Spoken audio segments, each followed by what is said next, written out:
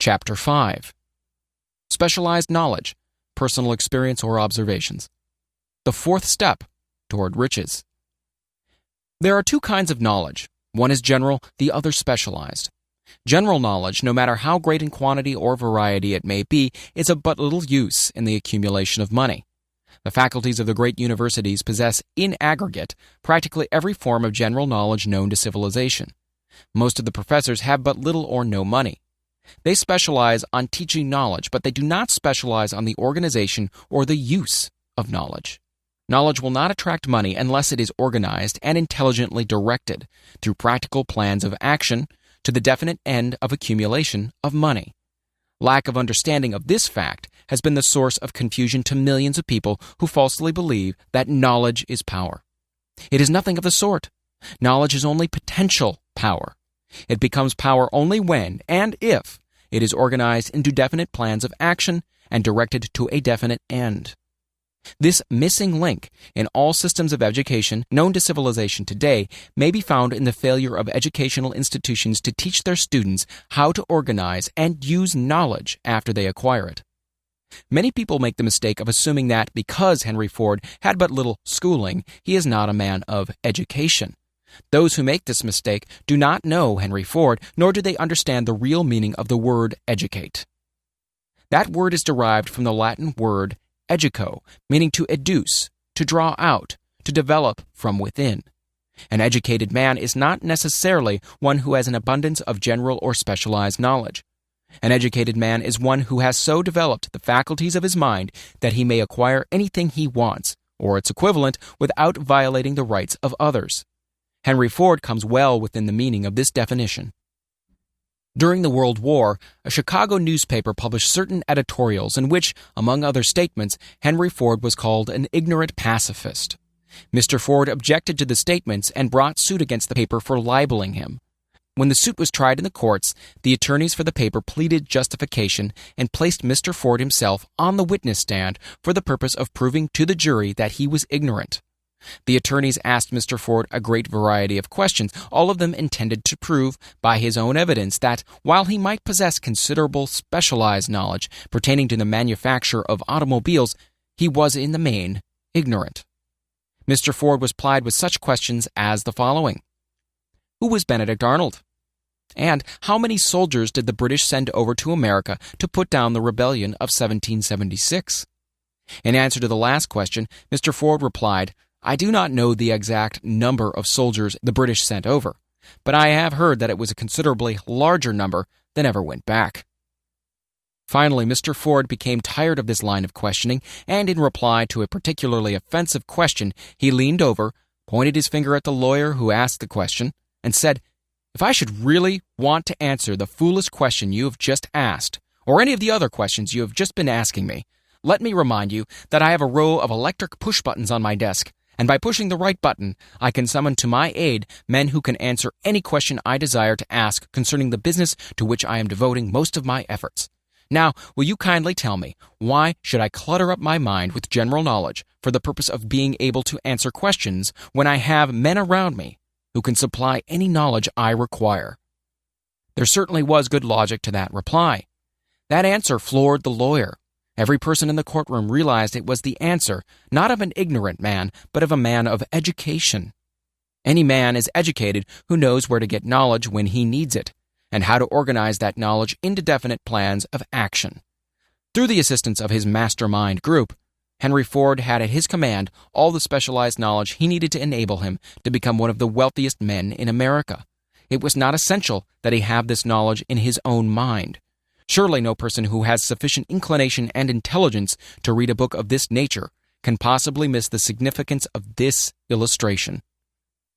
Before you can be sure of your ability to transmute desire into its monetary equivalent, you will require specialized knowledge of the service, merchandise, or profession which you intend to offer in return for fortune. Perhaps you may need more specialized knowledge than you have the ability or the inclination to acquire. And if this should be true, you may bridge your weakness through the aid of your mastermind group.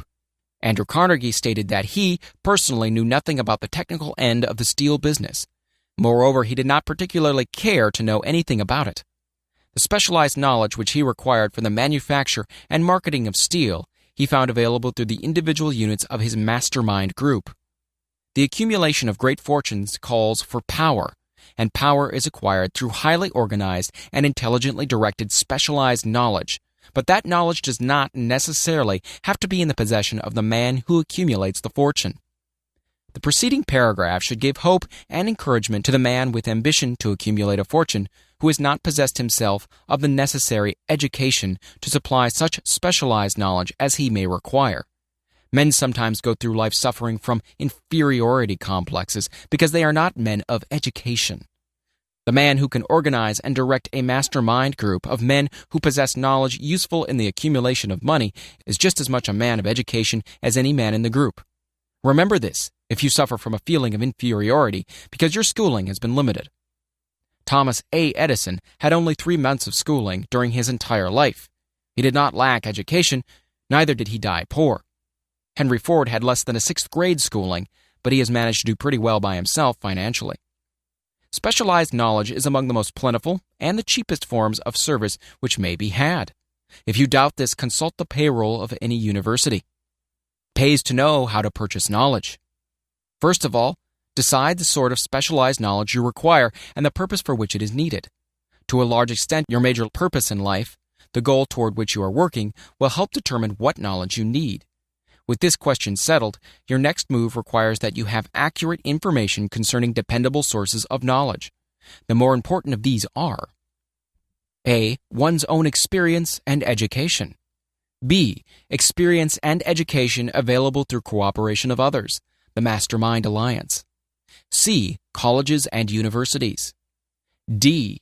Public libraries, through books and periodicals in which may be found all the knowledge organized by civilization. E. Special training courses, through night schools and home study schools in particular. As knowledge is acquired, it must be organized and put into use for a definite purpose through practical plans. Knowledge has no value except that which can be gained from its application toward some worthy end. This is one reason why college degrees are not valued more highly. They represent nothing but miscellaneous knowledge. If you contemplate taking additional schooling, first determine the purpose for which you want the knowledge you are seeking, then learn where this particular sort of knowledge can be obtained from reliable sources. Successful men in all callings never stop acquiring specialized knowledge related to their major purpose, business, or profession. Those who are not successful usually make the mistake of believing that the knowledge acquiring period ends when one finishes school. The truth is that schooling does but little more than to put one in the way of learning how to acquire practical knowledge. With this changed world which began at the end of the economic collapse came also astounding changes in educational requirements.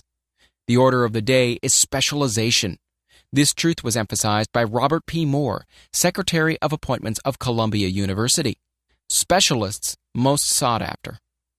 Particularly sought after by employing companies are candidates who have specialized in some field business school, graduates with training in accounting and statistics, engineers of all varieties, journalists, architects, chemists, and also outstanding leaders and activity men of the senior class. The man who has been active on the campus, whose personality is such that he gets along with all kinds of people and who has done an adequate job with his studies, has a most decided edge over the strictly academic student. Some of these, because of their all-around qualifications, have received several offers of positions, a few of them as many as 6. In departing from the conception that the straight-A student was invariably the one to get the choice of the better jobs, Mr. Moore said that most companies look not only to academic records but to activity records and personalities of the students. One of the largest industrial companies, the leader in its field, in writing to Mr. Moore concerning prospective seniors at the college, said, "We're interested primarily in finding men who can make exceptional progress in management work. For this reason, we emphasize qualities of character, intelligence, and personality far more than specific educational background." Apprenticeship proposed. Proposing a system of apprenticing students in offices, stores, and industrial occupations during the summer vacation, Mr. Moore asserts that after the first 2 or 3 years of college, every student should be asked to choose a definite future course and to call a halt if he has been merely pleasantly drifting without purpose through an unspecialized academic curriculum. Colleges and universities must face the practical consideration that all professions and occupations now demand specialists, urging that educational institutions accept more direct responsibility for vocational guidance. One of the most reliable and practical sources of knowledge available to those who need specialized schooling is the night schools operated in most large cities. The correspondence schools give specialized training anywhere the U.S. mails go, on all subjects that can be taught by the extension method. One advantage of home study training is the flexibility of the study program, which permits one to study during spare time. Another stupendous advantage of home study training, if the school is carefully chosen, is the fact that most courses afforded by home study schools carry with them generous privileges of consultation, which can be of priceless value to those needing specialized knowledge. No matter where you live, you can share the benefits. Anything acquired without effort and without cost is generally unappreciated, often discredited. Perhaps this is why we get so little from our marvelous opportunity in public schools. The self-discipline one receives from a definite program of specialized study makes up to some extent for the wasted opportunity when knowledge has been available without cost. Correspondence schools are highly organized business institutions. Their tuition fees are so low that they are forced to insist upon prompt payments. Being asked to pay, whether the student makes good grades or poor, has the effect of causing one to follow through with the course when he would otherwise drop it. The correspondence schools have not stressed this point sufficiently, for the truth is that their collection departments constitute the very finest sort of training on decision, promptness, action, and the habit of finishing that which one begins. I learned this from experience more than 25 years ago. I enrolled for a home study course in advertising. After completing 8 or 10 lessons, I stopped studying, but the school did not stop sending me bills. Moreover, it insisted upon payment, whether I kept up my studies or not. I decided that if I had to pay for the course, which I had legally obligated myself to do, I should complete the lessons and get my money's worth. I felt at first at the time that the collection system of the school was somewhat too well organized, but I learned later in life that it was a valuable part of my training for which no charge had been made. Being forced to pay, I went ahead and completed the course. Later in life, I discovered that the efficient collection system of that school had been worth much in the form of money earned because of the training in advertising I had so reluctantly taken. We have in this country what is said to be the greatest public school system in the world. We have invested fabulous sums for fine buildings. We have provided convenient transportation for children living in rural districts so they may attend the best schools. But there is one astounding weakness to this marvelous system. It is free. One of the strange things about human beings is that they value only that which has a price. The free schools of America and the free public libraries do not impress people because they are free. This is the major reason why so many people find it necessary to acquire additional training after they quit school and go to work. It is also one of the major reasons why employers give greater consideration to employees who take home study courses. They have learned from experience that any person who has the ambition to give up a part of his spare time to studying at home has in him those qualities which make for leadership. This recognition is not a charitable gesture, it is a sound business judgment upon the part of the employers. There is one weakness in people for which there is no remedy. It is the universal weakness of lack of ambition. Persons, especially salaried people, who schedule their spare time to provide for home study seldom remain at the bottom very long. Their action opens the way for the upward climb, removes many obstacles from their path, and gains the friendly interest of those who have the power to put them in the way of opportunity. The home study method of training is especially suited to the needs of employed people who find after leaving school that they must acquire additional specialized knowledge but cannot spare the time to go back to school. The changed economic conditions prevailing since the Depression have made it necessary for thousands of people to find additional or new sources of income. For the majority of these, the solution to their problem may be found only by acquiring specialized knowledge. Many will be forced to change their occupations entirely. When a merchant finds that a certain line of merchandising is not selling, he usually supplants it with another that is in demand. The person whose business is that of marketing personal services must also be an efficient merchant. If his service does not bring adequate returns in one occupation, he must change to another where broader opportunities are available. Stuart Austin Weir prepared himself as a construction engineer and followed this line of work until the Depression limited his market to where it did not give him the income he required.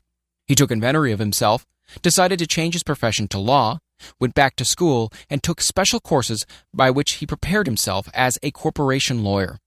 Despite the fact that the Depression had not ended, he completed his training, passed the bar exam, and quickly built a lucrative law practice in Dallas, Texas. In fact, he's turning away clients. Just to keep the record straight and to anticipate the alibis of those who will say, "I couldn't go to school because I have a family to support," or "I'm too old," I will add the information that Mr. Weir was past 40 and married when he went back to school.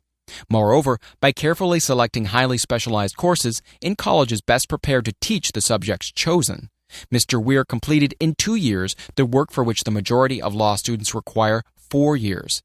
It pays to know how to purchase knowledge. The person who stops studying merely because he has finished school is forever hopelessly doomed to mediocrity, no matter what may be his calling. The way of success is the way of continuous pursuit of knowledge. Let us consider a specific instance. During the Depression, a salesman in a grocery store found himself without a position. Having had some bookkeeping experience, he took a special course in accounting, familiarized himself with all the latest bookkeeping and office equipment, and went into business for himself. Starting with the grocer for whom he had formerly worked, he made contracts with more than 100 small merchants to keep their books, all at a very nominal monthly fee. His idea was so practical that he soon found it necessary to set up a portable office in a light delivery truck, which he equipped with modern bookkeeping machinery.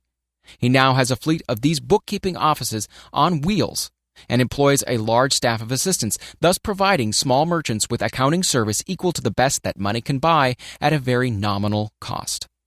Specialized knowledge plus imagination were the ingredients that went into this unique and successful business. Last year, the owner of that business paid an income tax of almost 10 times as much as paid by the merchant for whom he worked when the Depression forced upon him a temporary adversity, which proved to be a blessing in disguise. The beginning of this successful business was an idea.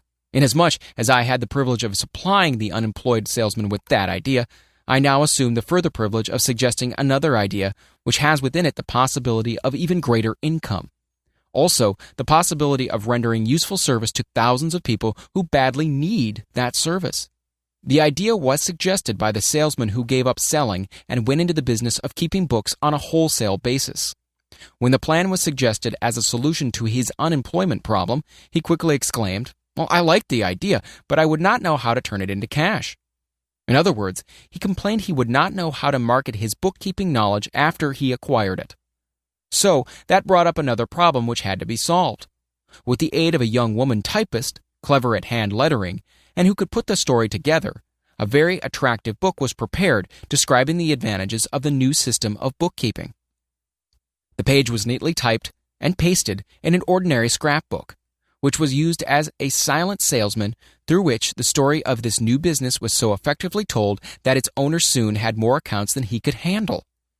There are thousands of people all over the country who need the services of a merchandising specialist capable of preparing an attractive brief for use in marketing personal services.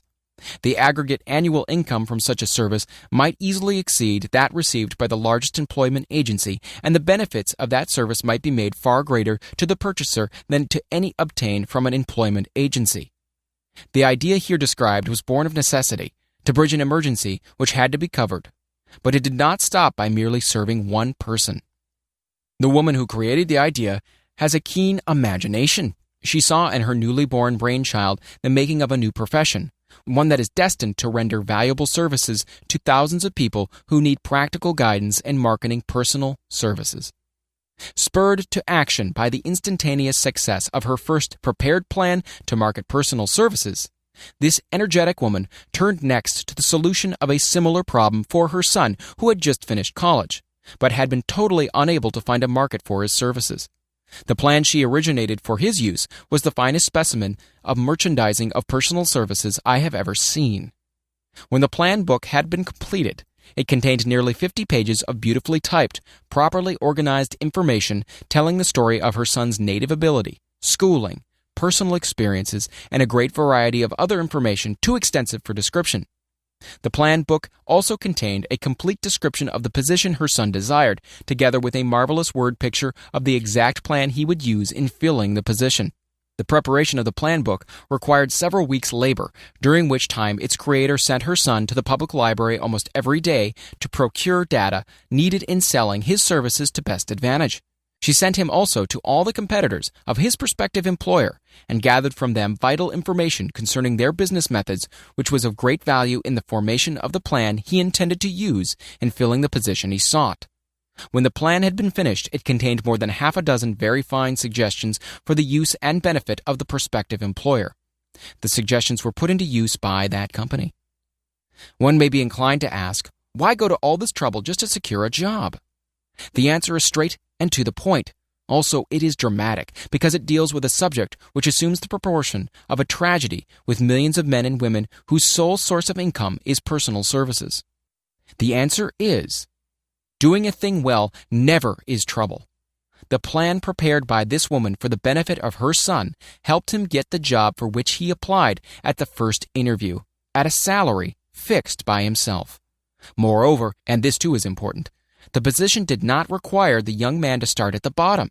He began as a junior executive, at an executive's salary. Why go to all this trouble, do you ask? Well, for one thing, the planned presentation of this young man's application for a position clipped off no less than 10 years of time he would have required to get where he began had he started at the bottom and worked his way up. This idea of starting at the bottom and working one's way up may appear to be sound, but the major objection to it is this. Too many of those who begin at the bottom never manage to lift their heads high enough to be seen by opportunity, so they remain at the bottom. It should be remembered also that the outlook from the bottom is not so very bright or encouraging. It has a tendency to kill off ambition. We call it getting into a rut, which means that we accept our fate because we form the habit of daily routine, a habit that finally becomes so strong we cease to throw it off. And that is another reason why it pays to start 1 or 2 steps above the bottom. By so doing, one forms the habit of looking around, of observing how others get ahead, of seeing opportunity, and of embracing it without hesitation. Dan Halpin is a splendid example of what I mean. During his college days, he was the manager of a famous 1930 national championship Notre Dame football team, when it was under the direction of the late Knute Rockne. Perhaps he was inspired by the great football coach to aim high, and not mistake temporary defeat for failure, just as Andrew Carnegie, the great industrial leader, inspired his young business lieutenants to set high goals for themselves. At any rate, young Halpin finished college at a mighty unfavorable time when the Depression had made jobs scarce. So, after a fling at investment banking and motion pictures, he took the first opening with a potential future he could find, selling electrical hearing aids on a commission basis. Anyone could start in that sort of job, and Halpin knew it, but it was enough to open the door of opportunity to him. For almost 2 years he continued in a job not to his liking, and he would never have risen to above that job if he had not done something about his dissatisfaction. He aimed at first at the job of assistant sales manager of this company, and got the job. That one step upward placed him high enough above the crowd to enable him to see still greater opportunity. Also, it placed him where opportunity could see him. He made such a fine record selling hearing aids that A.M. Andrews, chairman of the board of the Dictograph Products Company, a business competitor of the company for which Halpin worked, wanted to know something about that man, Dan Halpin, who was taking big sales away from the long-established Dictograph Company. He sent for Halpin. When the interview was over, Halpin was the new sales manager in charge of the Acousticon division. Then, to test young Halpin's mettle, Mr. Andrews went away to Florida for 3 months, leaving him to sink or swim in his new job. He didn't sink. Knute Rockne's spirit of all the world loves a winner and has no time for a loser inspired him to put so much into his job that he was recently elected vice president of the company and general manager of Acousticon and silent radio divisions, a job which most men would be proud to earn through 10 years of loyal effort. Halpin turned this trick in little more than 6 months. It is difficult to say whether Mr. Andrews or Mr. Halpin is more deserving of eulogy, for the reason that both showed evidence of having an abundance of that very rare quality known as imagination. Mr. Andrews deserves credit for seeing in young Halpin a go-getter of the highest order. Halpin deserves credit for refusing to compromise with life by accepting and keeping a job he did not want. And that is one of the major points I'm trying to emphasize through this entire philosophy, that we rise to high positions or remain at the bottom because of conditions we can control if we desire to control them. I'm also trying to emphasize another point, namely that both success and failure are largely the results of habit. I have not the slightest doubt that Dan Halpin's close association with the greatest football coach America ever knew planted in his mind the same brand of desire to excel which made the Notre Dame football team world famous. Truly, there is something to the idea that hero worship is helpful, provided one worships a winner. Halpin tells me that Rockne was one of the world's greatest leaders of men in all history. My belief in the theory that business associations are vital factors both in failure and in success were recently demonstrated when my son Blair was negotiating with Dan Halpin for a position. Mr. Halpin offered him a beginning salary of about one-half that he could have gotten from a rival company.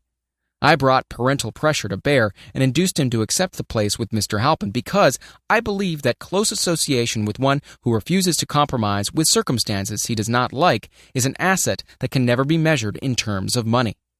The bottom is a monotonous, dreary, unprofitable place for any person. That is why I've taken the time to describe how lowly beginnings may be circumvented by proper planning. Also, that is why so much space has been devoted to a description of this new profession, created by a woman who was inspired to do a fine job of planning because she wanted her son to have a favorable break. With the changed conditions ushered in by the world economic collapse came also the need for newer and better ways of marketing personal services. It is hard to determine why someone had not previously discovered this stupendous need, in view of the fact that more money changes hands in return for personal services than for any other purpose. The same paid out monthly to people who work for wages and salaries is so huge that it runs into hundreds of millions, and the annual distribution amounts to billions. Perhaps some will find in the idea here briefly described the nucleus of the riches they desire. Ideas with much less merit have been the seedlings from which great fortunes have grown. Woolworth's 5 and 10 cent store idea, for example, had far less merit, but it piled up a fortune for its creator. Those seeing opportunity lurking in this suggestion will find valuable aid in the chapter on organized planning. Incidentally, an efficient merchandiser of personal services would find a growing demand for his services wherever there are men and women who seek better markets for their services. By applying the mastermind principle, a few people with a suitable talent could form an alliance and have a paying business very quickly. One would need to be a fair writer with a flair for advertising and selling, one handy at typing and hand lettering, and one should be a first-class business getter who would let the world know about the service. If one person possessed all these abilities, he might carry on the business alone until it outgrew him. The woman who prepared the personal service sales plan for her son now receives requests from all parts of the country for her cooperation in preparing similar plans for others who desire to market their personal services for more money. She has a staff of expert typists, artists, and writers who have the ability to dramatize the case history so effectively that one's personal services can be marketed for much more money than the prevailing wages for similar services. She is so confident of her ability that she accepts as the major portion of her fee a percentage of the increased pay she helps her clients to earn.